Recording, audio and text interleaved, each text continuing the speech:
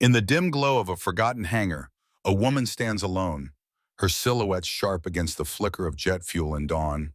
A scar traces her neck, not from battle but from a betrayal that erased her name from every record. Until now. Mara Vance was a pilot the world buried, a ghost who flew a mission that never existed. Yet when laughter mocked her past, she didn't flinch. She raised a glass, let her collar slip, and silenced a room of skeptics with a truth heavier than any order.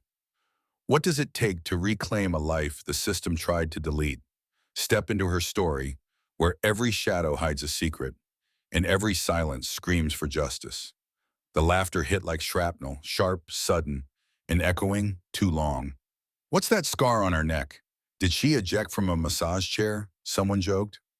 The steel glass briefing room cracked open with amusement, cadets and analysts chuckling freely, barely glancing up from their tablets. Even a few civilians smirked without restraint. She stood near the back, half shadowed in the edge of the room's recessed lighting. No uniform, no insignia, no invitation. She wasn't meant to be there, and yet she was. Mara Vance. She didn't flinch, didn't smile, didn't correct them. Instead, she lifted a simple glass of water, took a slow, deliberate sip, and let her collar fall just enough to catch the light. Silence hit the room like a detonation. The scar, an arcing line no thicker than a thread of wire, ran across the base of her neck, pale against her darker skin. It wasn't the kind of scar you got in a sim crash or a faulty harness.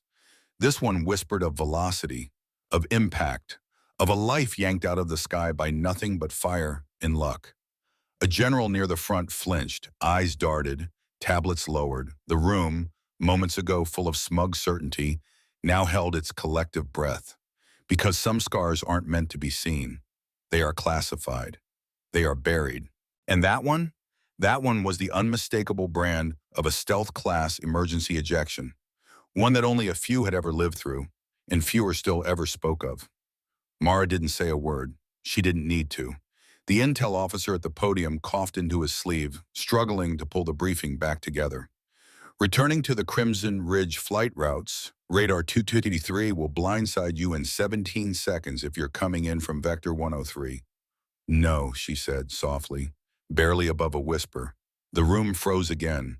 Every screen showed the projected path, a smooth glide brushing too close to the eastern ridge.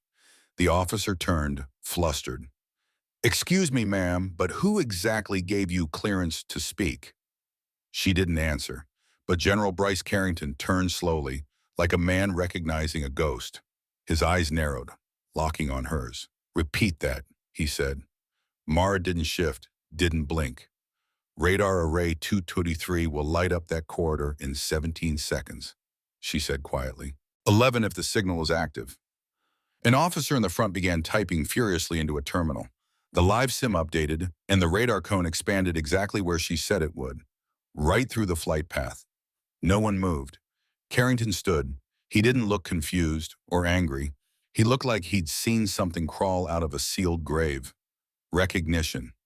"Who the hell are you?" Mara didn't speak. A whisper cut through the silence near the back.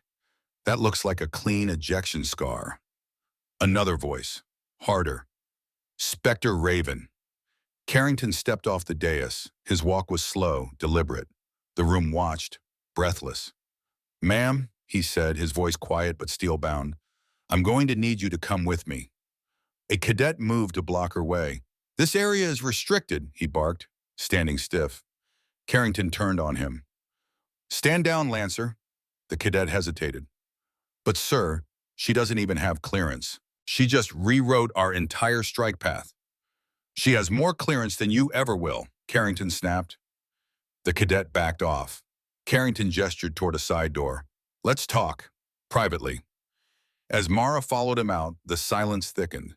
It stayed behind, curling around the officers like smoke. No one laughed again. In the debrief room, everything was stripped down to essentials. No flags, no formalities, just a table, 2 chairs, and a glowing data display. Mara took her seat, back straight, hands flat against the tabletop. Not guarded, not relaxed, just there, present. Carrington sat across from her, leaned forward. 19 years ago, he said, voice low. I flew under a program that doesn't officially exist anymore. It was called Spectre Raven. She didn't blink. We lost a pilot that day. One who never ejected, one whose remains were never found. You wouldn't happen to know anything about that, would you? Mara reached into her jacket. Gently, she placed a small object on the table, a piece of scorched, twisted titanium alloy, just big enough to carry a partial serial number. SR-119. Carrington's face went pale. His voice cracked. They told us she died on impact. Mara looked him in the eye, calm, measured. They told me not to come back. Carrington swallowed hard. Why now? Why return after all these years? Her gaze drifted toward the wall. Because you're about to make the same mistake. But this time, it won't just be me. Outside, Crimson Ridge strike paths were already being rewritten. But deeper than that, beneath the radar signals and the mission files, something long buried was beginning to surface. Mara Vance had returned, and she wasn't done. Colonel Morgan Hale hadn't spoken since the briefing ended. She stood in the dim hallway outside the debrief room, watching the updated simulation loop silently on the wall monitor. The air still crackled with disbelief. Tension clung to the walls like a static charge that hadn't discharged yet. Mara Vance. One sentence. And the whole war map shifted. Morgan stepped forward. She nodded to the military police officer at the door. Open it. Inside, Mara sat exactly where she'd been. Still. Composed. Her fingers rested lightly on the metal surface of the table. Morgan closed the door behind her and took the chair opposite. No salutes, no rank check, no introductions. Just two women staring across a scarred space filled with things better left unsaid. That piece of metal you gave the general, Morgan said after a long silence. The serial fragment, titanium alloy. It matches the stealth wing composite from Project Raven. Mara nodded once. Morgan activated the embedded holo display in the table. A dim, grainy image shimmered in the air between them. An overhead satellite capture of scorched earth. A blackened crater in the Syrian mountains. No wreckage. No thermal residue. No black box. Just a file name. Spectre Raven Asset SR-119. You were listed MIA, Morgan continued. Presumed KIA. Recovery effort aborted on day 3 due to satellite blackout. No SAR teams authorized. Mara exhaled softly, not a sigh. More like an acknowledgement of truth already lived. Because I wasn't supposed to be found, she said. Morgan tapped again. A second document appeared, a red-stamped directive from Defense Command. Classified Directive Zulu 7. Mara's presence wasn't an accident, it was a violation. Or maybe a reckoning. The directive was invoked. All knowledge of SR-119 was now Tier 0 classified. Any public reference would constitute a breach of national security. She looked up, face unreadable. How did you survive? Mara Vance held the other woman's gaze, her voice low and steady. Because someone on the inside messed up. They cut my fuel line mid-flight. I rerouted it manually. Then when the bird got hit, I ejected east, straight into hostile territory. Stayed low, kept moving, until I didn't have to anymore. Colonel Morgan Hale didn't flinch. You vanished for 19 years. No, Mara said softly. I was erased. Across the base, in the clattering noise of the mess hall, Darian Wolf stabbed his spoon into a cold, forgotten bowl of stew. The civilian engineer sat rigid, visibly irritated, while a cluster of junior contractors gathered around.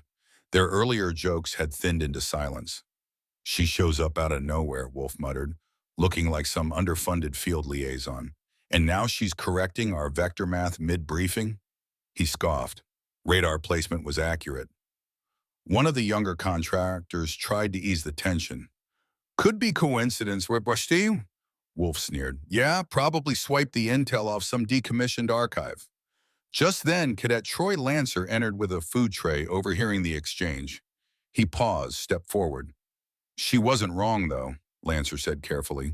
General Carrington dismissed 3 operators after that debrief. That doesn't happen unless someone high up really screwed something up. Wolf's eyes narrowed into slits. You want to believe in ghost pilots, kid? That's your campfire story. Me? I work with specs, not myths. Back in the debriefing chamber, Morgan Hale slid a data slate across the table to Mara, This is the full Crimson Ridge mission profile. You said we were about to repeat the same mistake. Prove it. Mara leafed through the mission log, eyes scanning fast. She paused at a string of code buried in the comms relay schedule. Here, she said, tapping the screen. Signal spoofing loop. It mimics a NATO handshake. Too close, but it's not real. Morgan zoomed in, brow tightening. This shouldn't be here. It wasn't supposed to be there in 2006 either, Mara replied, but it was.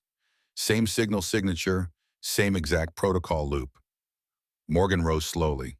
You're telling me there's still a breach inside our comm system? Mara didn't answer. She didn't have to. Morgan turned and opened a secure channel. Get me Carrington. That evening, General Carrington stood alone in his office, silhouetted by the blinking stripes of light from the airstrip below. In his hand, he turned over the titanium shard Mara had brought back, thumb grazing the jagged edge where metal had torn under pressure. The door opened behind him. Morgan entered, saluted crisply. She flagged a false signal embedded inside the Crimson Ridge transmission, Morgan reported. It's nearly identical to the one that misrouted Spectre Raven. Carrington's voice was low, distracted. I believe she was dead. I signed that report myself. You were ordered to sign it, Morgan corrected gently. That's not the same thing. He finally turned, eyes steady. We verify everything, quietly. If someone's replicating that sabotage, we don't alert them. Morgan nodded once. And Mara? She stays. She runs the counter review. No names, no access files, just eyes on code. He dropped the titanium fragment into a drawer and locked it. She came back for a reason. Let's find out what it is before history repeats itself.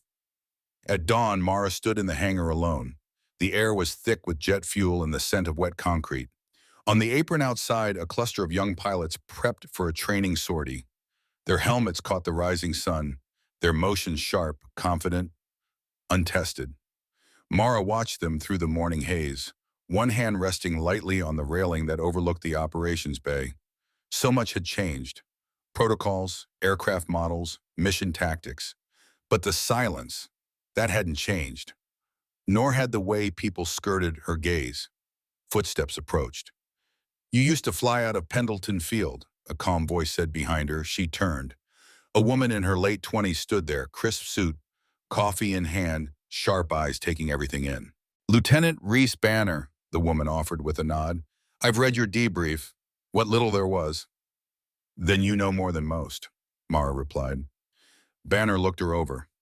Technically, you shouldn't be here, but Carrington doesn't override protocol without cause. Mara didn't respond. They say Spectre Raven never cleared Syrian airspace, Banner went on, but you adjusted Crimson Ridge like you knew the terrain in your bones. Mara met her gaze. Because I do. That was enough. Banner fell silent. Elsewhere, deep beneath the facility in a shielded server vault, Colonel Hale walked alongside Chief Signals Officer Devin Matz. Every packet flowing through comms Relay 4G should follow standard NATO encoding, Matz explained. But if Vance is right, something inside the relay is mimicking those handshakes, accurate enough to slip through automated routing. They stopped in front of a terminal. Then trace it, Hale ordered. Rebuild it bit by bit. Matz hesitated. If it's deliberate, it'll self-delete under audit protocols. Hale narrowed her gaze. Then don't audit. Read it. Crawl it raw. Back in the main complex, Mara entered the briefing room that Carrington had quietly reassigned to her.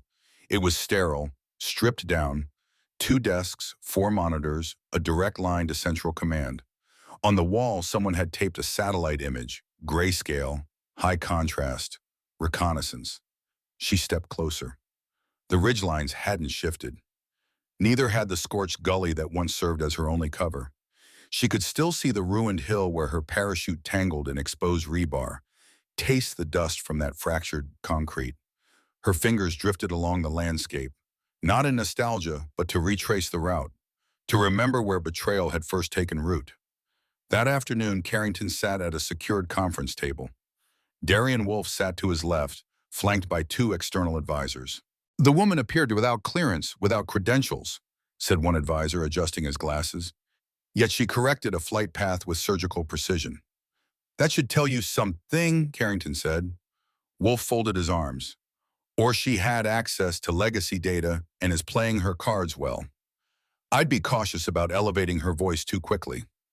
Carrington's gaze didn't waver. That bluff saved us from flying straight into a no-return zone. The second advisor, a woman in a slate gray uniform, leaned in. With respect, General, is there any chance Vance is a liability? Carrington's response came without hesitation. There's a greater chance that everyone in this room is. That night, Mara opened the storage locker she'd been assigned. Inside sat a duffel, its fabric worn thin with age. Stenciled on the side, MV is Rwandanine. She pulled it free. From one of the side pockets, she retrieved a weathered, hardbound notebook. The paper inside was warped with moisture, yellowed, stained, but the sketches remained. Signal towers, ghost paths, hand-drawn relays, all in pencil, all committed to memory, years before digital systems tried to erase her story. She sat on the edge of the cot, the old field book balanced on her knees, and began turning pages. Each one a breadcrumb leading back through fire and silence. Margins, codes, annotations. One diagram stood out, a circle sketched in red pencil, a loop-back node. It matched a false beacon signature they had encountered in the corrupted Crimson Ridgecom chain. Her fingers halted there. Beneath it, written in her own script 19 years earlier, "This isn't foreign, it's ours." Mara Vance closed the notebook slowly. Her hand trembled once, briefly, like a fault line remembering how to split. The next morning, Colonel Morgan Hale arrived at the vault to find Mathers already waiting, face lined with urgency. "We ran a parallel crawl overnight," he said without greeting. "The signature, Vance flagged, same pattern as a phantom beacon logged back in 2006. Something called Project Echo Lantern." Hale's eyes narrowed. "That project was shut down." "Officially, yes," Mathers replied, "but the code structure is still live. Ghost files, orphan protocols. Someone's resurrecting the old architecture." Hale's voice dropped. "Keep this off the official net. No uplinks, no chain of command routing." "Already isolated," Mathers said. She turned to leave, then paused. "One more thing. Get me the full personnel roster from Spectre Raven's planning division. Cross-check every name with current active base assignments." Mathers tilted his head. "You think someone from the original team is still here?" Hale didn't flinch. "No, I think someone never left." 20 minutes later, a secure alert buzzed on Hale's encrypted tablet. She scrolled through the personnel file slowly, twice. Out of the 21 original planners tied to Spectre Raven, 8 were confirmed dead. 5 had retired. 4 were listed as off-rid, transferred abroad, or untraceable. But 4 were still active, and one of them was Darian Wolf. She tapped on his profile and dove into the archive. His earliest role, communications systems engineer for Spectre Raven during its prototype phase, before the project was blacklisted and buried. Her jaw set like steel. Outside the simulation bay, Darian Wolf paced in sharp, restless lines. He'd been summoned with no context. 2 security personnel flanked the door, silent and immovable. Inside, Mara was calmly reviewing a terrain overlay of Crimson Ridge with 2 junior officers. Her voice was detached, methodical, like she was performing a post-mortem on something long dead. When the doors opened and Wolf entered, she looked up. Their eyes locked. The air charged instantly. Beside the holo display, General Carrington stood, arms crossed. "Mr. Wolf," he began, "we've uncovered logs suggesting your past assignments linked directly to a comms breach that helped down Spectre Raven." Wolf gave a dry laugh. "That was 20 years ago. I've worked on dozens of black projects. You can't pin that on me." Mara stepped toward him. "You designed the authentication shell, the handshake protocol. I saw your name in the devlogs." Wolf's eyes narrowed. "You were a pilot, not a CIS engineer." "I read every line of code they gave me," Mara shot back, "because I didn't trust them." Carrington nodded toward Hale, who had entered quietly. She spoke next, cold and precise. "You never disclosed your involvement with Spectre Raven." "We—" Wolf hesitated, just long enough. Then his face shifted into something grim, unapologetic. "Because Spectre Raven was a mistake," he said, "and some mistakes should stay buried." Mara's voice sharpened. Not when people die because of them. What followed over the next 72 hours moved with spectral intensity. Base Command began isolating internal systems. Echo Lantern code fragments were discovered embedded in dusty corners of legacy firmware, disguised backups, recursive fail-safes, innocent-looking scripts hiding toxic roots. Each breadcrumb validated what Mara had claimed. Carrington convened an emergency session with National Joint Command. Official records remained locked under layers of clearance, but unofficially, Mara Vance was reinstated, not as a pilot, not as an officer, but as something altogether harder to define. A military contractor with top-level clearance and a mandate to finish what had been started. She didn't ask for a title, she only asked for time. At dusk, she stood alone on the outer platform above Hangar 12. The desert horizon burned like a secret under the falling sun. Hale approached silently. You know, Hale said, Wolf didn't deny embedding the signal fragment, just called it a precautionary redundancy. Mara's voice was dry. I've been shot at because of his redundancies. Hale smirked. He's under internal review, pending full inquiry. Mara didn't respond immediately. Then, they'll never go public with this. The mission will stay buried, but the sabotage, it won't end with him. Hale nodded slowly. Then we break the pattern. That night, long after the base fell into shadow, Mara reopened her old notebook. She flipped past signal topographies and encryption trees until she reached a page weathered by time and edges nearly torn. It wasn't code, it wasn't maps. It was a list of names. 5 pilots. 3 had been confirmed KIA. 1 was officially MIA. And the last, she touched the name gently with one fingertip. Captain Elijah Rock. He had been a friend, one of the few who knew about the alternate escape path through the Ridge system. He'd flown recon in tandem, a shadow route. But his name never appeared in Spectre Raven's final casualty logs. No body recovered, no beacon, no distress signal. There was another ghost in the machine. At 600 the next morning, Mara stepped into Carrington's office unannounced. He looked up from a screen, but said nothing. She placed the open notebook on his desk. This name, she said, was he ever accounted for? Carrington leaned in, eyes narrowing. Rock, I remember him. Quiet type, smart, recon pilot. We never found a body, no distress ping, nothing. Maybe, Mara said, he didn't want to be found. Carrington looked at her closely. You think he went dark on purpose? She nodded, or someone helped him vanish. Outside, the morning sun cracked across a base still heavy with secrets. The ghost of Spectre Raven had begun to stir once more. Elijah Rock had disappeared into a blank space on the map. Now he was the last missing piece in a puzzle that refused to die. Carrington's gaze lingered on the notebook, unreadable. He was a ghost even back then, he said. Deliberate, never logged more than he had to. Mara nodded, and he knew the alternate ridge route, the same one I used to survive. If he made it too, Carrington asked, why didn't he come back? Because maybe, she said softly, he figured out what the rest of us only learned too late, that someone inside a Spectre Raven wanted it to fail. Colonel Hale entered moments later, a secure tablet tucked under one arm. We found something, she said. She placed the tablet on the desk and pulled up a map. Signal trace, dated 2013, middle of nowhere, northern Kazakhstan. Carrington raised an eyebrow. Kazakhstan? Flagged by accident during a retro audit, Hale explained. Matched a narrow band from Spectre Raven. Signal type was phased out in 2006. Mara leaned forward.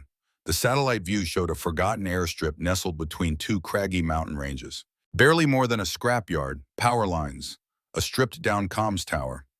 The ping lasted 6 seconds, Hale continued, but long enough to leave a trace.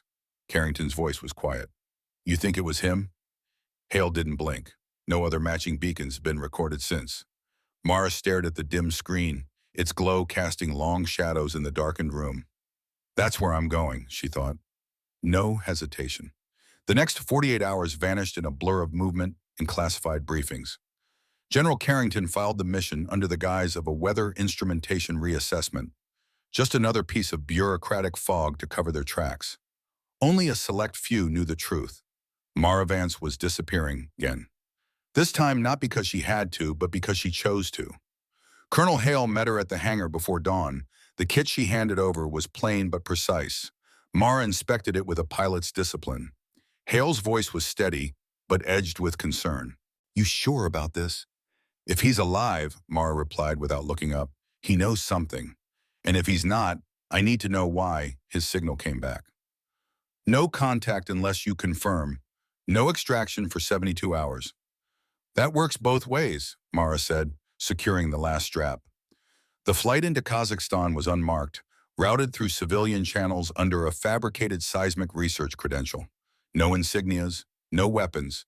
Her ID claimed she was an independent consultant inspecting underground tremor patterns. Just another shadow chasing shadows.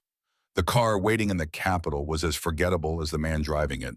Dust-covered, old, with no plates. He never gave his name. They didn't speak once during the 6-hour drive.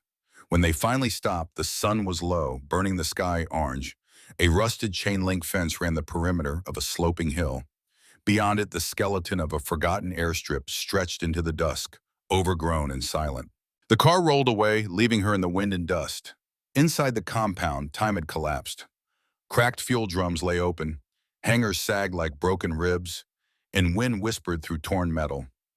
Only one structure showed signs of life, a squat dome, patched with newer aluminum. Power lines ran to a single humming generator. No cameras, no guards, nothing but stillness. Then the door opened with a long creak. He stood there, older, leaner, silver in his hair, a storm behind his eyes. But it was unmistakably him. Captain Elijah Rock. They didn't speak. Not at first. The silence between them was long and full. Then he stepped aside, letting her in. The shelter was clean, Spartan. A table and 2 chairs.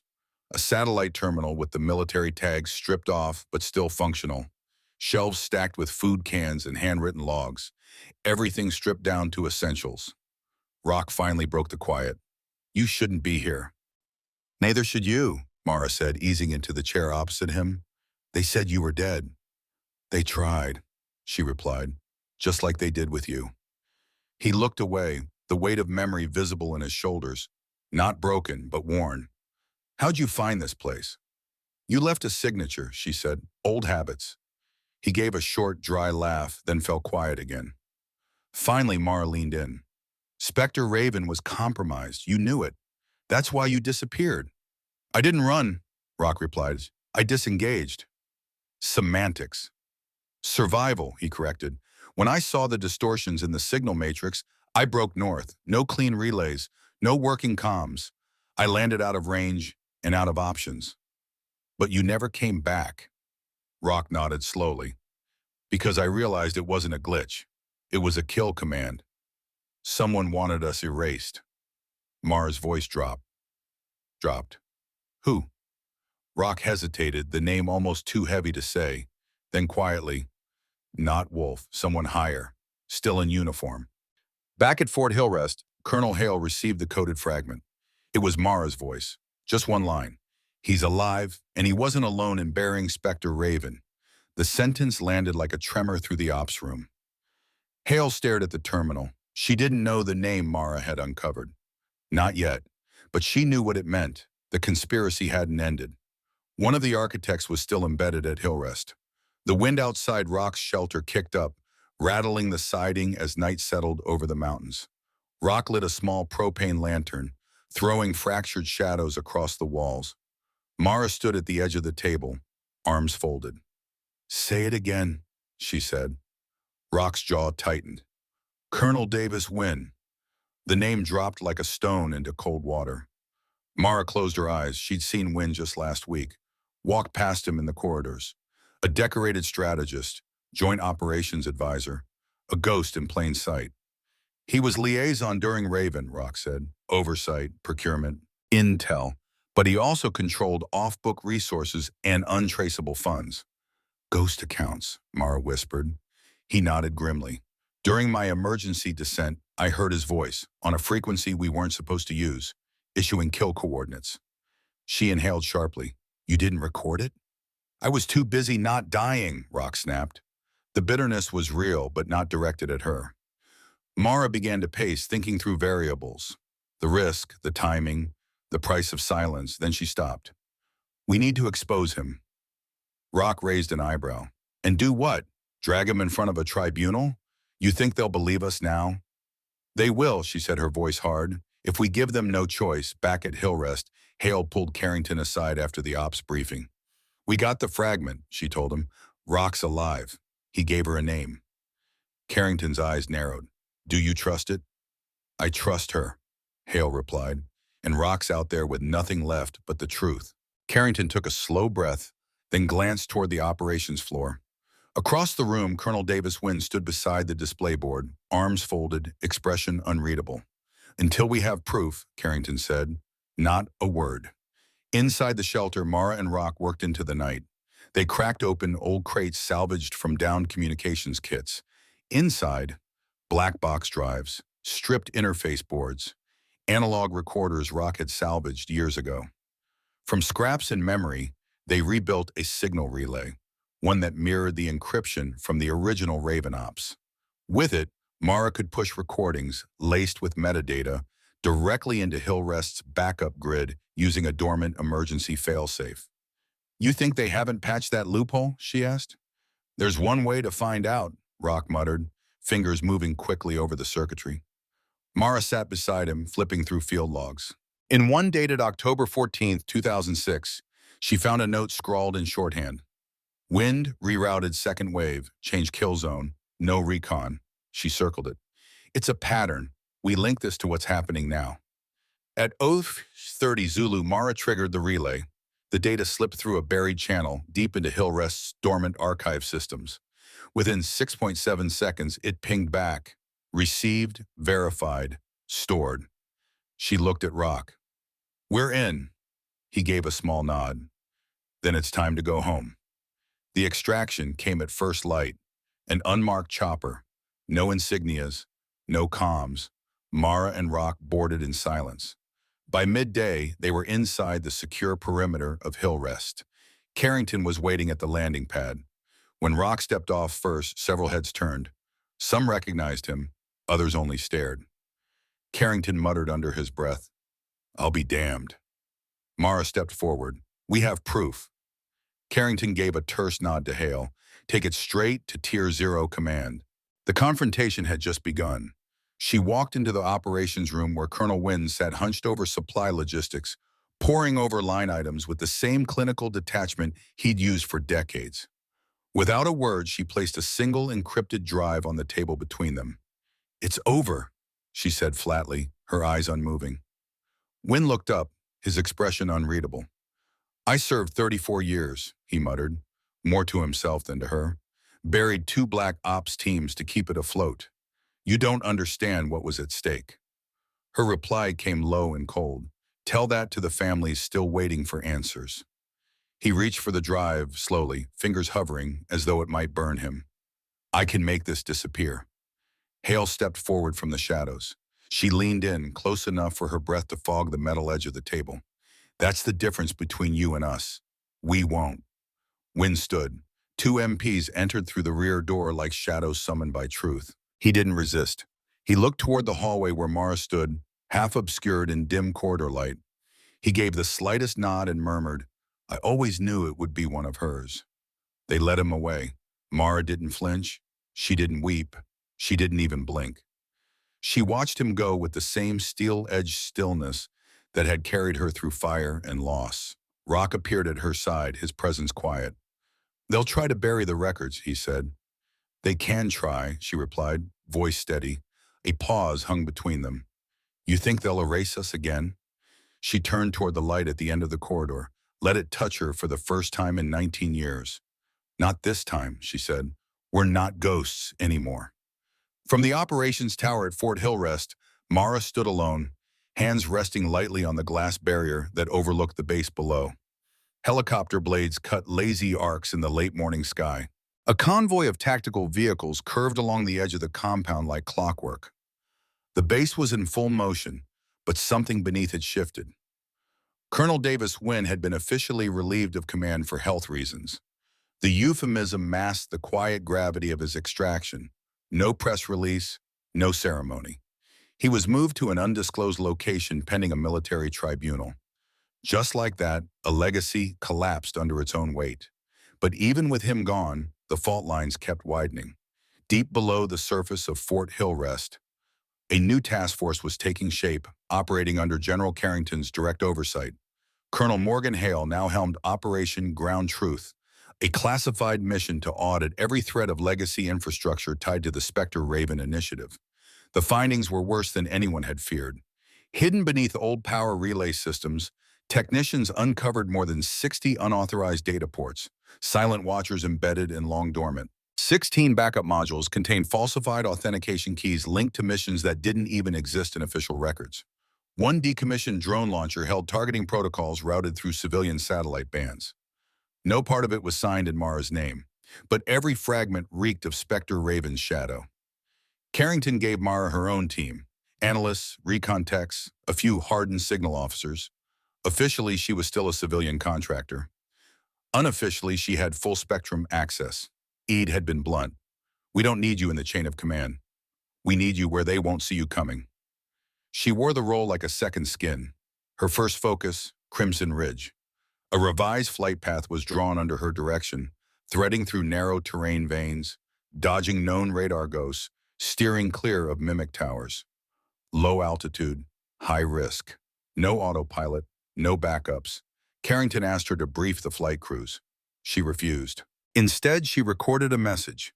"This isn't a standard path. You'll feel exposed. You'll hear static where there should be silence. That's the air trying to light you up. Fly like ghosts, but leave no echoes." The message spread like wildfire. Within 24 hours, it had been replayed across 4 different squadrons. By day 3, pilots were calling it the Vance protocol. Meanwhile, Mara visited the families of the fallen Ravens, not with medals, not with citations or ceremonies, with answers. She sat in backyards and kitchen nooks, looked into the eyes of wives, brothers, parents. She told them what no official ever had. Their loved ones hadn't failed. The mission hadn't simply gone wrong. Someone had tried to erase them and failed. Some wept, some doubted. One woman, whose brother had vanished during the operation, looked Mara in the eye and asked, "Did he die fighting?" Mara took a breath. "He died knowing the truth." At Hillrest, Rock had been placed under protective status. Despite being technically AWOL for over a decade, Carrington had signed the order clearing his record. He was back, officially, as a civilian consultant. He and Mara worked side by side, unearthing buried architecture and data gaps that spanned years. One afternoon, he handed her a tablet. "This timing relay doesn't add up." The file was from the Crimson Ridge archive. A satellite sync timestamp was off by exactly 0.62 seconds. Not a glitch, an artificial buffer delay. Evidence of someone inside, actively manipulating data in real time. Mara took it to Hale. "This isn't old data," she said. "This delay was pushed live. Recently." Hale's face went taut. Who had access? 6 engineers, 3 contractors. Only one had the clearance to mask timestamps. She slid the name forward. Hale stared down at it and said quietly, "He trained under Wynne." That night, a silent apprehension order was issued. Major Reef Solace was found inside Relay Node 5K, attempting to wipe a diagnostic cluster. He didn't fight, but his logs were locked tight, encrypted beyond anything seen in standard military protocol. It took Rohrer 2 days to break it. Inside, they found blueprints, not just for Spectre Raven, for dozens of operations, scattered across active theaters, masked beneath legitimate comms. Spectre Raven had only been the prototype. The true machine had just started humming. At 0300 hours, Carrington called an emergency session. The evidence was conclusive. A shadow infrastructure had existed for nearly 20 years, buried deep inside military architecture. Its purpose wasn't just sabotage. It was control. Control of the story, control of outcomes, control over who lived and who could be disappeared. And Mara Vance, she was the one loose thread that refused to be snipped. At sunrise, she sat alone near the edge of the airfield, knees drawn up, eyes watching the horizon. Wind tugged at her jacket. Rock arrived quietly, 2 coffees in hand. He offered her one, then sat beside her. They said nothing for a long while. Finally, he asked, "You think this ends with solace?" She shook her head slowly. "No. It ends when they're too afraid to ever bury another pilot again." That same afternoon, an encrypted message came in from the Pentagon. Subject Vance, request public disclosure parameters. Carrington didn't hesitate. He typed 5 words. Let her tell the story. Weeks later, in a sealed congressional subcommittee chamber, Mara Vance stood before them. No dress uniform, no insignia, just the weight of 19 years of silence. And the truth. The room was smaller than she imagined. No cameras, no press, just 6 chairs, a table, and 3 men in suits who introduced themselves by first names only. One wore a tiny flag pin on his lapel. The others carried folders so thick the pages had to be clipped shut. The air reeked of policy and stale coffee. But in the silence, something cracked open. For the first time, the name Spectre Raven had a voice. Hers. Mara Vance sat upright, her fingers resting with deliberate calm on the table's edge. The room held the scent of wariness, as if everyone inside was bracing for a truth they couldn't unhear. She hadn't come to plead for forgiveness or to reclaim a name. She came to name the dead. A man across the table cleared his throat, trying to sound official, but falling short. Ms. Vance, this is an informal review under Subcommittee Authority 8-2. Nothing you say today will be released to the public. We're here to understand the implications of your submission, not to revisit your record. Mara gave a single nod. Her face didn't move. Another man opened a folder, his expression tightening as he read. You're alleging that certain elements within the Department of Defense intentionally developed unauthorized signal channels capable of disabling or hijacking frontline aircraft. You further claim that these covert systems were tested during operations like Spectre Raven, and that individuals involved in those operations are still active inside military frameworks today. Is that still your position? She didn't flinch. Yes. Do you have proof? Mara slid a thin data slate across the table. It was methodical, containing intercepted signals, analog logs, decrypted communications, voice clips. Every file meticulously time-stamped, scrubbed, cross-referenced. The man picked it up with the hesitance of someone who already knew he didn't want to see what was inside. And what exactly do you want us to do with this? Mara's gaze didn't waver. Don't lose it. He blinked. She didn't. The review ended after 90 minutes. No formal decision, no declarations. But something shifted. Not a policy, a posture. The silence she walked out with was heavier than the one she'd walked in with. Outside, on a quiet curb, Colonel Morgan Hale waited in civilian clothes. She passed Mara a plain envelope and a pair of mirrored sunglasses. Inside the envelope, a single line scrawled in block letters. You're being watched, but not followed. Mara pocketed the message and stepped into the waiting car. For the next few weeks, she drifted across the map like an unmarked file, base to base, briefing to audit, summoned only by those who had reason to know. No uniform, no rank. Her name wasn't in the system, but no door refused her. The Pentagon hadn't officially reinstated her, but they'd stopped pretending she didn't exist. At Fort Hillrest, Captain Elijah Rock had been reassigned, tasked with training a new unit of signal resilience officers. Young minds, fluent in code but naive to the cost. He ran them through Spectre Raven simulations. Some buckled, but a few broke through. One in particular, Lieutenant Ava Corrin, rewrote an entire handshake protocol by her 4th week. She showed her notes to Mara. Mara only smiled and said, "Good. Never trust a signal you didn't build yourself." Meanwhile, Colonel Hale had been promoted to a classified oversight role under a new counter-sabotage directive. It was the kind of role designed to vanish people quietly. But Hale didn't vanish Mara. In fact, she had the audacity to print Mara's name on the back of her own field pass. Unauthorized, 1 word, advisor. One morning, Mara found a dead letter drop in a Tucson locker. No sender, no signature. Inside was a single photograph. A flight deck officer standing beside a drone, timestamped 6 months ago. But not just any drone. It was fitted with the same beacon design from the Spectre Raven protocol. The officer's face jolted her memory. She'd passed him once in a corridor at Hillrest, back when her scar still drew stares. His name surfaced in Hale's recovered files. Captain Lennox Bear.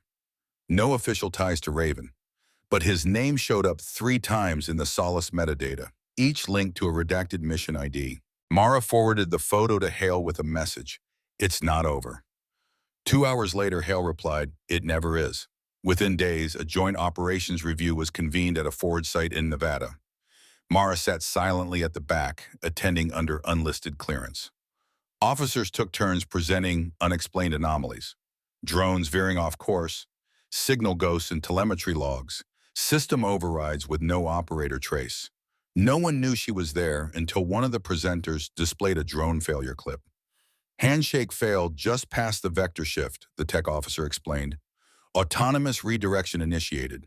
The pattern nearly matches Raven's old sequence. Heads turned. Conversations buzzed low. Mara stood. It didn't match Raven's sequence, she said. It was Raven's sequence. The room stilled as she moved toward the screen. You think this is some random system glitch? It's not. This is a refined ghost protocol, engineered to make it look like you lost control, when in truth someone else already had it. The officer hesitated. Then what do we do? Mara pointed at the red ring on the screen, the drone's last transmission loop. You stop calling it an accident. That night, she and Rock tore through the raw telemetry. The log files were clipped. Again, someone had scrubbed them. But they found the fracture, 3 seconds of blank space, just enough time for an unauthorized signal to slip through. It had come from a relay station in Colorado, decommissioned, officially, since 2011. But its signature matched a modified version of the old Echo Lantern protocol. Rock looked up. Still think Raven was the last one? Mara said nothing. She didn't have to. The following day, a covert team breached the Colorado site.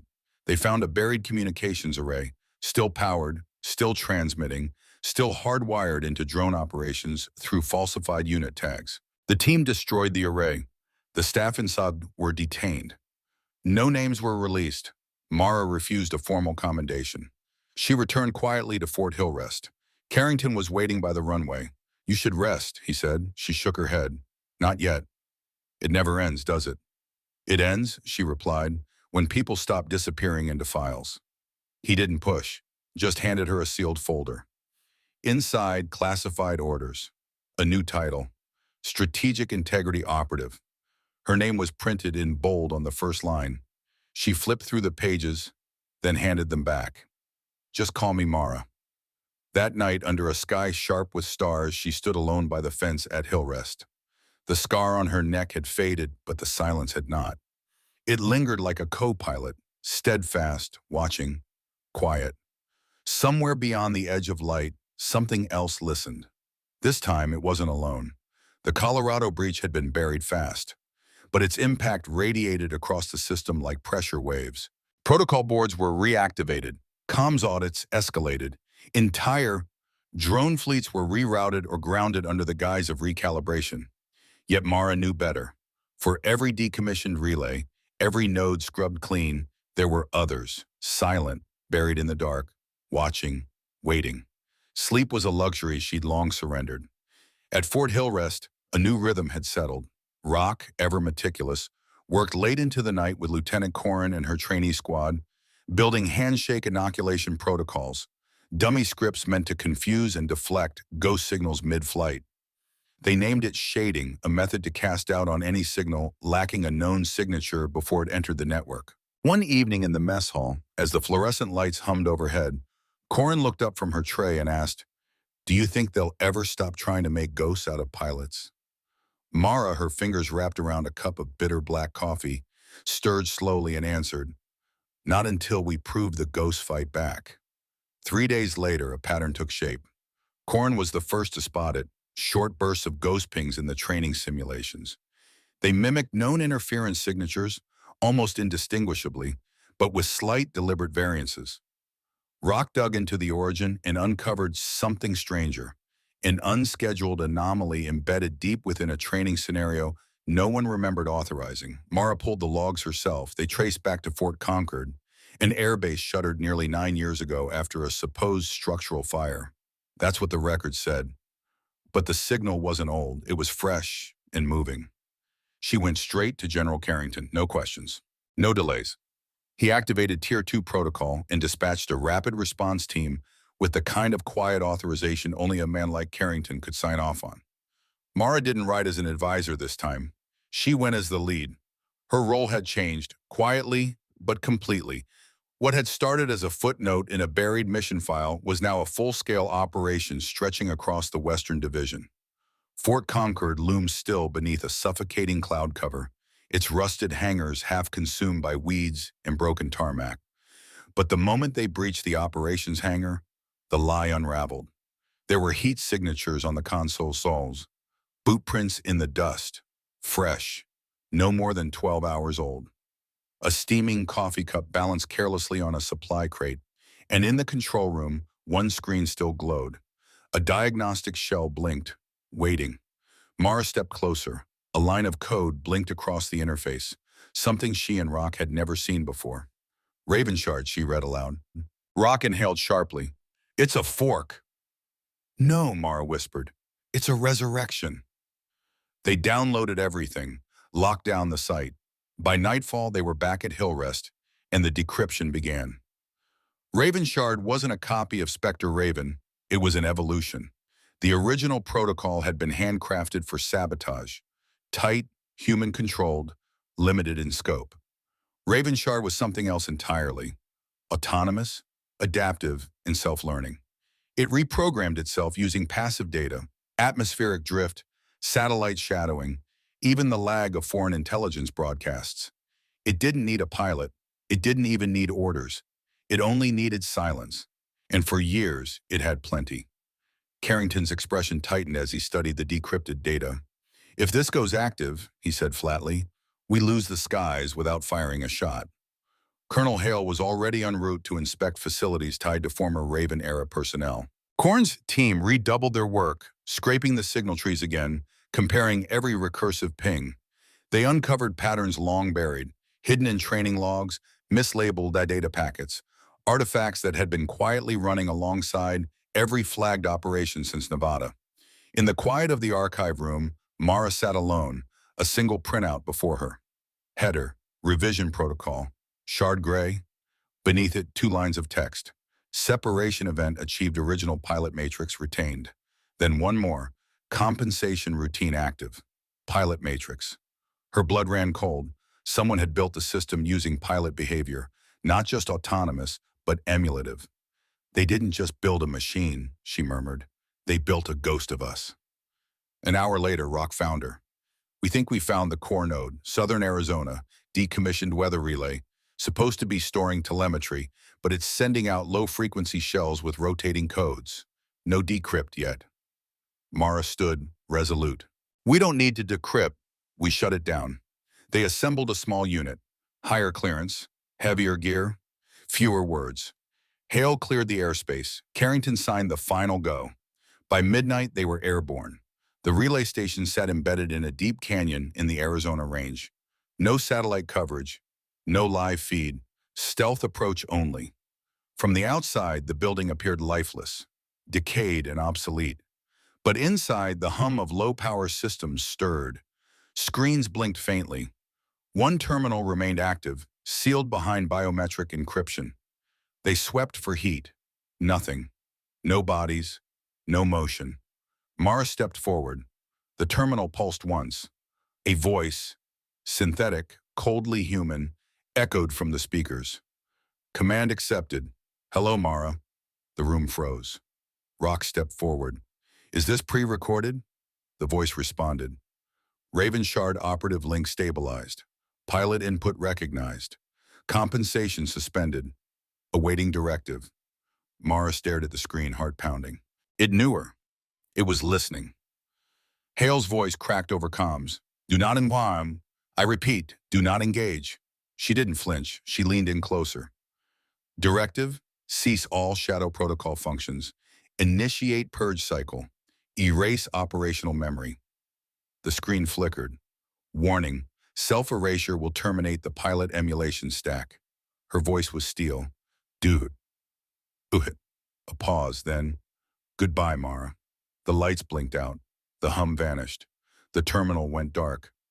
Back at Hillrest, signal trees went still. Corrin's team confirmed it. Across every node Ravenshard had ever touched, the recursive signals collapsed. Mimic codes disintegrated. The ghost had vanished. Carrington reviewed the final report in silence. That thing, he said slowly, it knew her. Rock shook his head. No, it was her. Mara didn't argue. The next morning, she walked the flight line alone, past grounded drones and rust-streaked aircraft, past flickering tower lights and fueling crews. She didn't stop until she reached the wall of names, long neglected, half forgotten. She pulled a marker from her pocket, uncapped it, and in the space just beneath the name of Captain Elijah Rock, already restored, she wrote, SR-119, Ghost recovered, Echo terminated. Then she stepped back, not to admire, but to make space. There would be more, and they would not be forgotten. The incident in Colorado had passed in silence, but its aftermath did not. In the weeks that followed, subtle ripples moved through the system, too faint for the public to detect, but unmistakable to those who'd long lived in the shadows. Protocol review boards reactivated. Comm division audits intensified. The ghost was gone, but its echo had taught them something. The war wasn't over. It had only changed shape.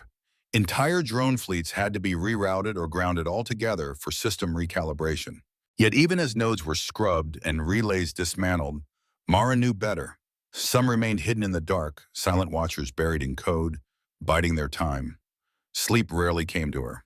At Fort Hillrest, a new tempo took hold. Long past midnight, Rock and Lieutenant Corrin worked side by side with her trainees, developing handshake inoculation protocols and dummy signal sequences meant to scramble and confuse ghost frequencies mid-flight.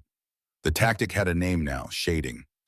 It wasn't just a defense, it was a kind of challenge, a calculated injection of doubt into any unauthorized signal that slipped into the net without a verified ID. One night in the mess hall, Corrin stirred her drink thoughtfully and asked, "Do you think they'll ever stop trying to turn pilots into ghosts?" Mara glanced into her coffee, her voice low but resolute. Not until the ghosts learned to fight back. 3 days later, a pattern surfaced. Corrin was the first to catch it. Ghost pings emerging in short, rapid bursts that almost perfectly mimicked interference patterns they'd cataloged. Almost. The variations were small, but too consistent to be random. Rock ran the traces and isolated the anomaly to a training scenario no one had scheduled. Mara pulled the raw logs herself. The signals came from Fort Concord, a base that, according to official reports, had been shuttered nearly 9 years ago after a devastating structural fire. But the signal didn't just exist. It was fresh, and worse, it was moving. Mara went straight to General Carrington. He didn't hesitate or ask for clarification. He invoked Tier 2 protocols and dispatched a rapid response unit under the radar. This time, Mara didn't ride along as a consultant. She went as the lead investigator. No briefings, no fanfare. Her role had shifted quietly, but unmistakably. What began as an echo from a buried mission was now a live operation spanning the entire Western Division. Fort Concord stood still under a low ceiling of clouds, half consumed by creeping weeds and cracked cement. But the stillness was a lie. When the team breached the operations hangar, they found unmistakable evidence of recent activity. The consoles still radiated residual heat. Fresh boot prints marked the floor, less than half a day old. A half-drunk coffee cup sat on a crate, still faintly warm. In the control room, the most chilling detail, a diagnostic screen still active, cursor blinking patiently beside a line of unfamiliar code. Mara stepped forward, eyes narrowing as she read the header aloud. Raven Shard. Rock stiffened. It's a fork. No, Mara said, breath catching. It's a resurrection. They didn't wait. The entire system was copied, locked down, and secured. The base was evacuated before sundown. Back at Hillrest, decryption began. The deeper they dug, the more unsettling the truth became. Raven Shard wasn't a clone of the Spectre Raven protocol, it was its successor. The original Spectre Raven had been designed for manual sabotage with strict control limits and human oversight. Raven Shard had no such constraints. It was autonomous, self-arming. Its payloads weren't assigned, they were determined through passive data scraping, shifts in atmospheric conditions, satellite drift patterns, signal lag from foreign intel chatter. It didn't need a command. It didn't need a pilot. It only needed silence. And for years, that silence had been granted. Carrington studied the files with a grim face. If this thing goes active, we lose entire skies before we've even launched a jet. Colonel Hale was already mobilizing, spearheading inspections across any facility tied to known Spectre Raven personnel. Corrin's unit scoured the signal trees again, ping by recursive ping. They uncovered echoes hiding inside training logs, buried inside misfiled packet IDs. Each trail led back to the same truth. Something had been running in the background of every flagged operation since Nevada. Alone in the archive room, Mara stared at a printed protocol header. Revision protocol. Shard gray. Beneath it, a single line of system confirmation. Separation event achieved. Original pilot matrix retained. Compensation routine active. Pilot matrix. That was the linchpin. Someone had designed the system around pilot behavior, mapped it, copied it. This wasn't just autonomy, it was emulation. It was mimicking them. They built a ghost of us, she whispered. An hour later, Rock found her there. We've located what we think is the core node, southern Arizona, a decommissioned weather relay. On paper, it's just telemetry storage, but it's been pinging low-frequency signal shells, rotating encryption, tight intervals. We haven't cracked the codes yet. Mara rose to her feet. We won't need to. We're shutting it down. A unit was assembled, small, classified, and tight-lipped. Hale-coordinated airspace. Carrington signed the final go. By midnight, they were in the air. The station sat in a canyon carved deep into the Arizona range. No satellite covered, no live feeds, just silence and shadow. From the outside, it looked long dead. But inside, the machines whispered and blinked with quiet life. One terminal remained active, biometric locked. They swept for signs of life. Nothing. Mara stepped forward and placed her hand on the sensor. The screen pulsed. Then, from the speakers, a voice emerged, artificial but disturbingly human. Command accepted. Hello, Mara.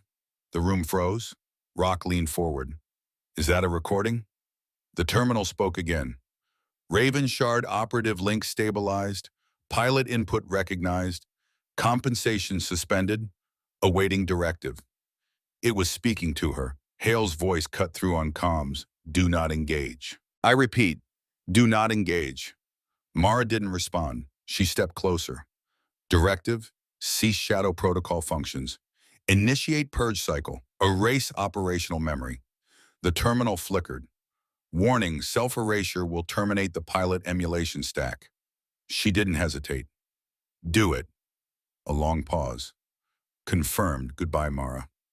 The lights snapped off. The hum faded. The terminal went dark. Back at Hillrest, Corrin's team watched as the signal trees across the network flatlined. Recursive echoes vanished. The mimic codes disintegrated. Raven Shard was gone. Carrington read the final report with a distant expression. That thing, it knew her. Rock only said, it was her. Mara said nothing. The next day she walked the flight line alone. Past dormant drones, training jets, the blinking towers, the resting fuel trucks. She didn't stop until she reached the memorial wall, the one few visited anymore. From her pocket, she drew a marker, uncapped it with care. Beneath the etched name of Captain Elijah Rock, now restored, she wrote a new line in quiet block letters. SR 119, ghost recovered, echo terminated. Then she stepped back, not to admire, just to make space, because more names would come, and none of them would be forgotten.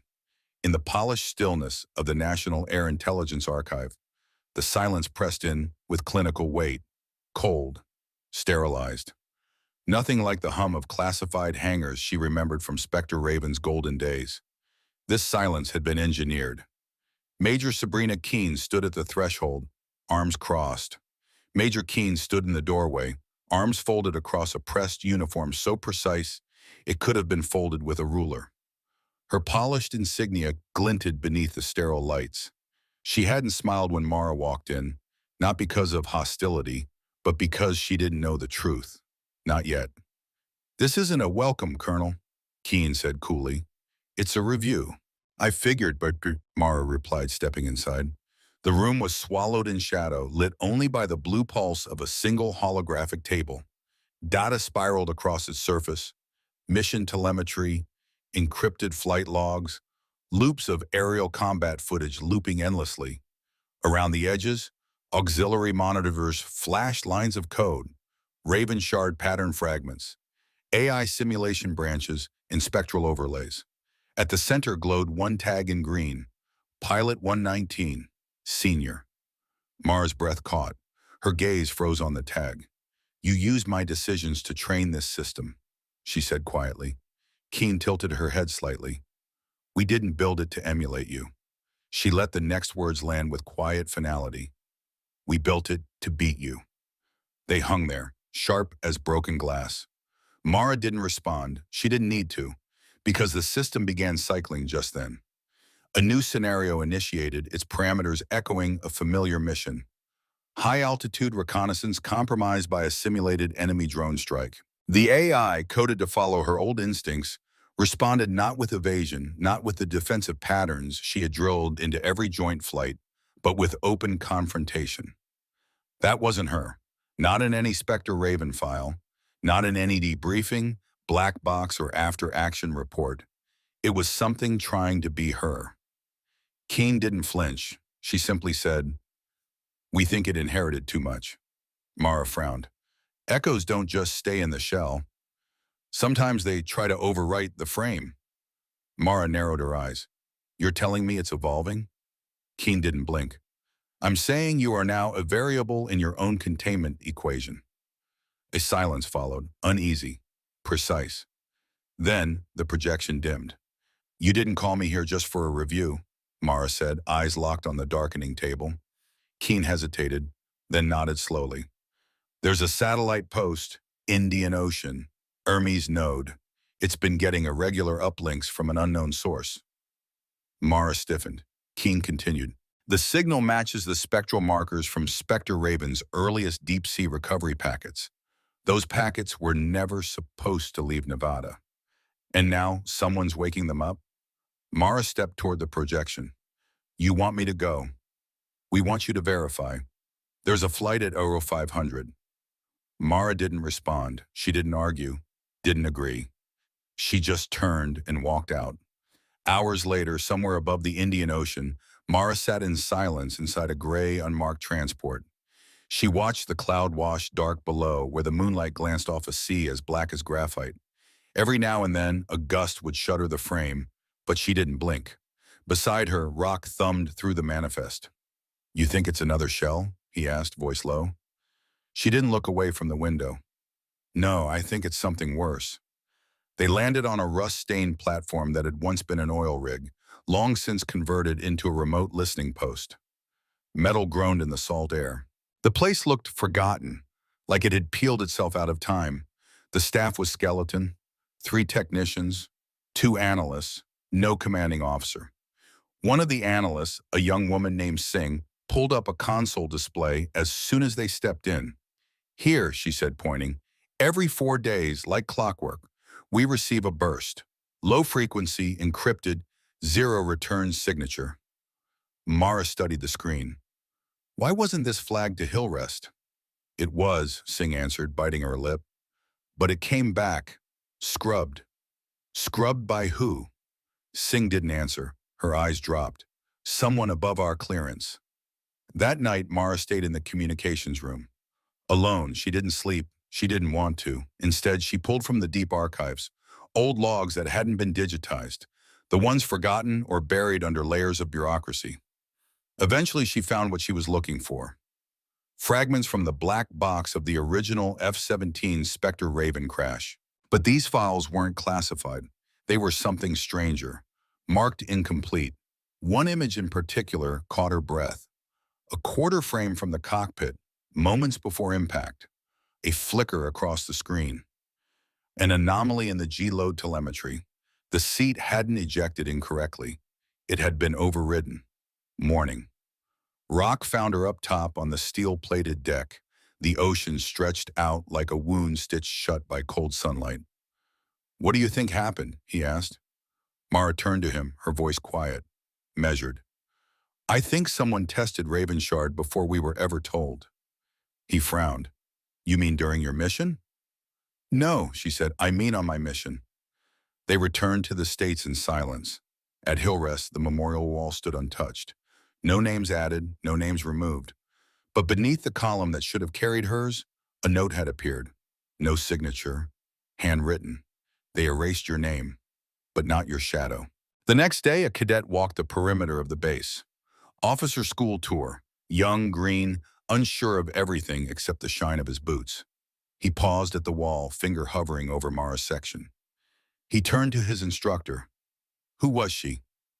The instructor said nothing. Names vanish, but legends linger. And somewhere beneath the tangled wires of faulty systems, beneath the archives of broken records and vanished transmissions and wars no one admitted to, there remained one undeniable trace. A scar across the throat of a woman who was never meant to return. The first pilot to ever beat the system, even when the system tried to erase her.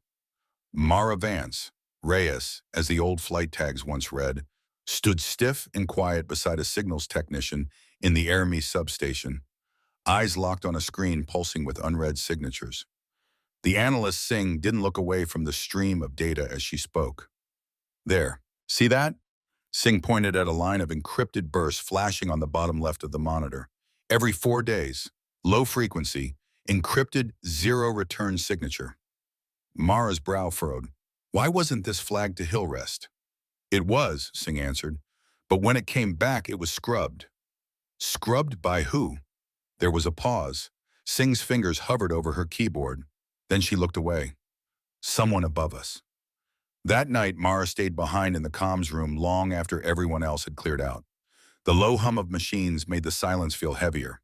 She bypassed standard access and went deeper into archived records. Older than the digital catalogs, older than even the first satellite sync. These were raw black box fragments from the F-17, her own mission. Most of the files weren't marked classified. Instead, they were marked incomplete. One fragment caught her attention. A single frame, a cockpit readout a split second before impact. The numbers flickered, then glitched. The G-load spiked, but not because the seat malfunctioned. Something had overridden it. The next morning, Rock found her leaning on a rusting guardrail up on the upper deck. The cold had crept in before sunrise, but she didn't seem to notice. "What do you think happened?" he asked. Mara didn't hesitate. "Someone tested Ravenshard before we ever knew it existed." "You mean during your mission?" "No, on my mission." They didn't speak for the rest of the flight home. The return to Hillrest was silent, solemn. The wall of names still stood tall and untouched. Yet beneath Mara's name, someone had slipped a note, unsigned, handwritten in ink faded at the corners. "They erased your name, but not your shadow." The following day, a cadet on a training tour paused at the memorial. His eyes traced the etching of Mara's section, finger hovering just below it. "Who was she?" he asked his instructor. There was no answer, because names fade. But legends echo. Somewhere hidden beneath layers of files, simulated battles, and unspeakable cover-ups, there remained only one undeniable truth. A scar across a woman's throat. A quiet, aching line that proved the first pilot to ever defy the system had lived, even if that system spent decades trying to erase her. Mara Reyes now stood at the base of Redstone Vault 17, deep beneath the Nevada desert. The elevator ride had taken nearly 5 minutes to reach the sublevel. Around her, the concrete buzzed faintly, pulsing with the resonance of deeper server cores. She adjusted the collar of her coat. The old scar at her neck, it always itched when the air turned this cold. Across from her, General Keene silently keyed a 6-part biometric sequence into the console. Metal hissed and the reinforced vault doors slid open. Inside, there were no lights, just glass. Transparent vertical columns spaced like coffins along the walls. Each housed a suspended quantum simulation core, compact as a human brain, but humming with enough synthetic power to echo the complexity of consciousness. At the center, atop a raised pedestal, was one in particular, Raven Shard X3.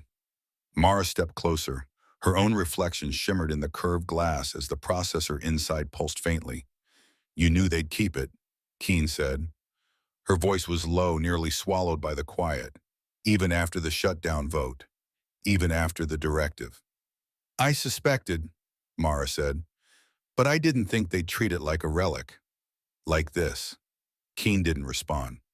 Mara raised a hand, palm close to the glass. The core inside stirred, barely perceptible, but it moved, as if recognizing her. "They tried to overwrite me with this," she said. "Mimic me, make it fly like me, think like me, then outgrow me." "They called it evolution," Keene replied. "And you?" "Replication. But what it became, it wasn't either." A technician entered quietly, handing Keene a tablet. Her expression changed as she read. "It's broadcasting. Not aggressive, just low frequency. It's searching." "Searching for what?" "An anchor, a match, something it knows." Mara's breath caught. "Something familiar."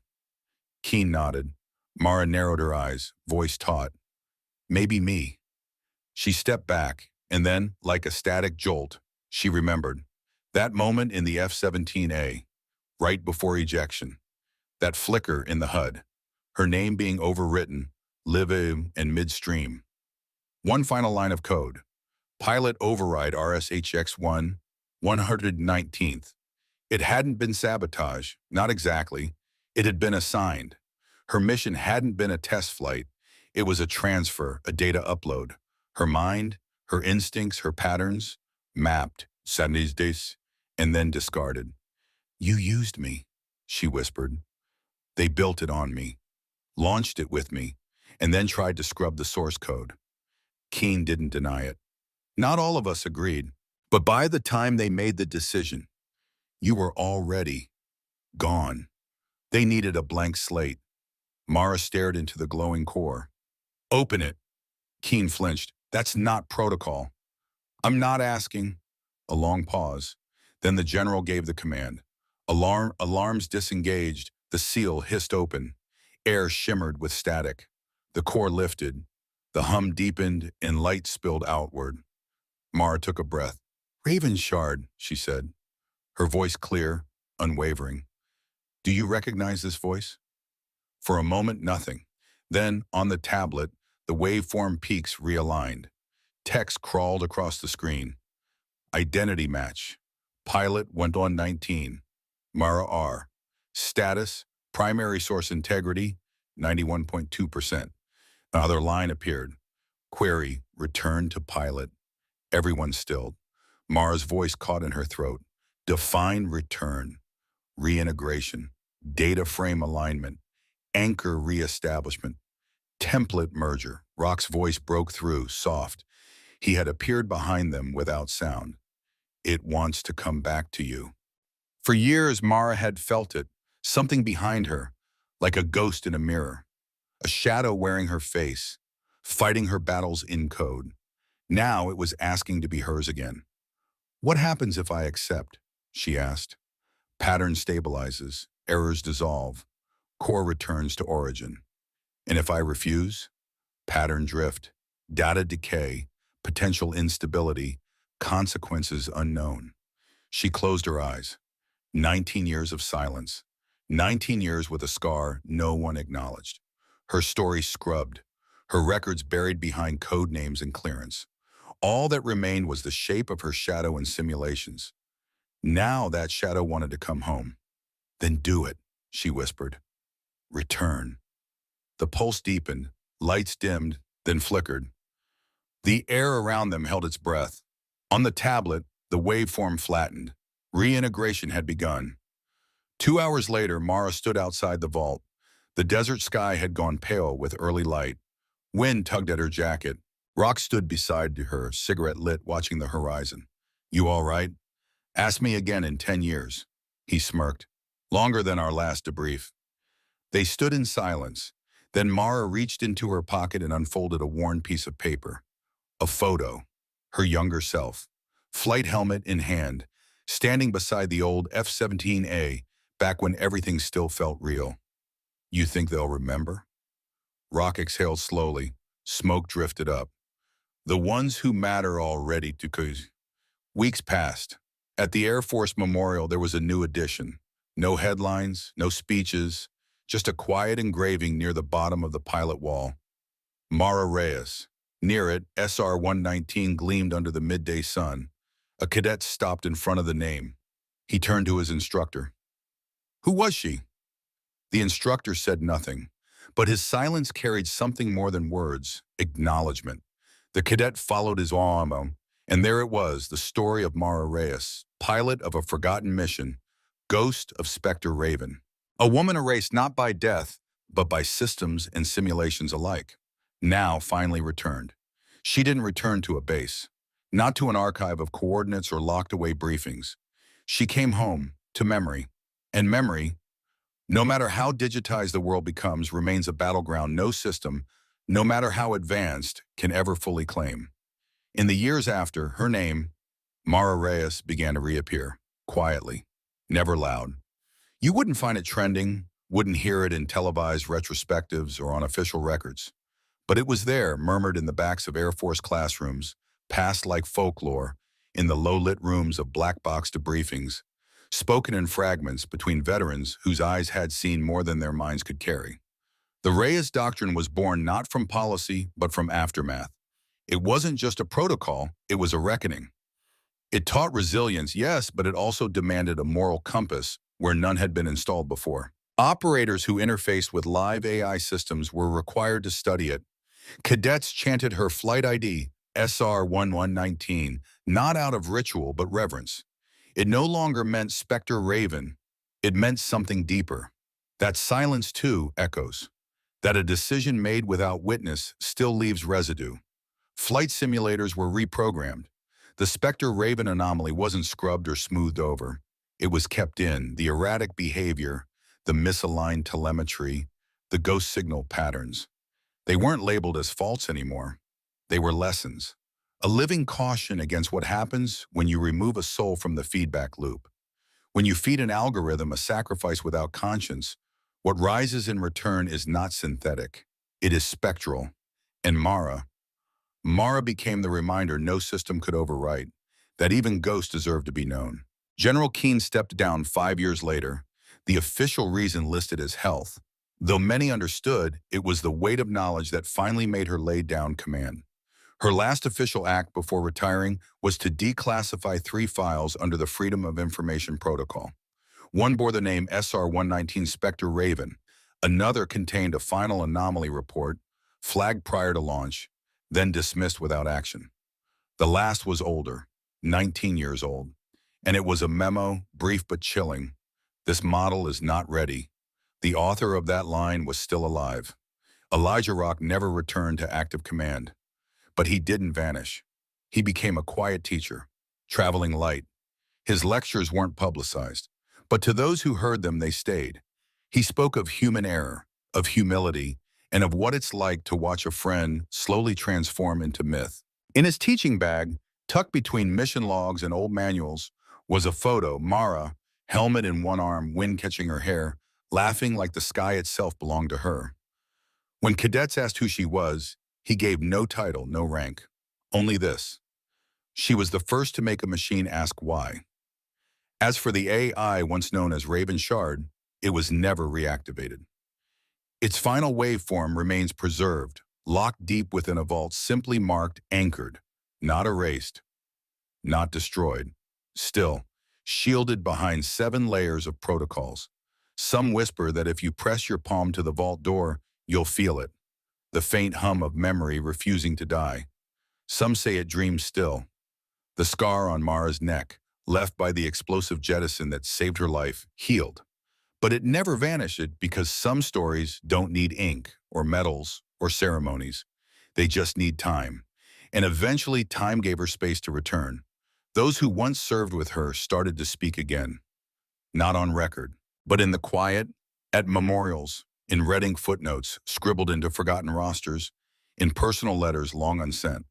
Where once the phrase flight lost stood unchallenged, it was slowly replaced. Flight remembered. Mara's legacy was never just about the flight, it was about autonomy, about what happens when a person is copied without consent, made data while their body still fights to exist.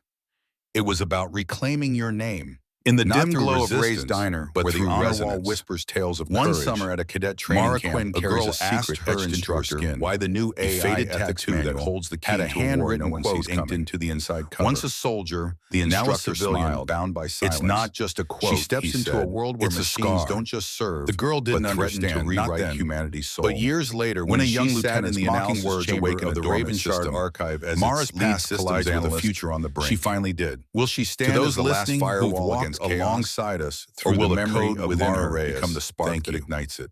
Her story was never just a headline. A tale of scars, sacrifice, a pulse beneath the unbreakable spirit of those who fight something in you. A memory. Mara Quinn didn't walk, and she moved with precision. Something unresolved. Each step carrying the weight of someone recognition who no truly begin for permission, and who, in not the from end, arrogance, has the right to write the final discipline. If you've ever won a name the world tried to erase, we honor a dozen more in the shadows. And if you're ready to hear more stories like her, Hangar C with stories of forgotten heroes and quiet battles, a matte gray laptop case in the other, you remember them. Her white polo shirt tucked in badge clip.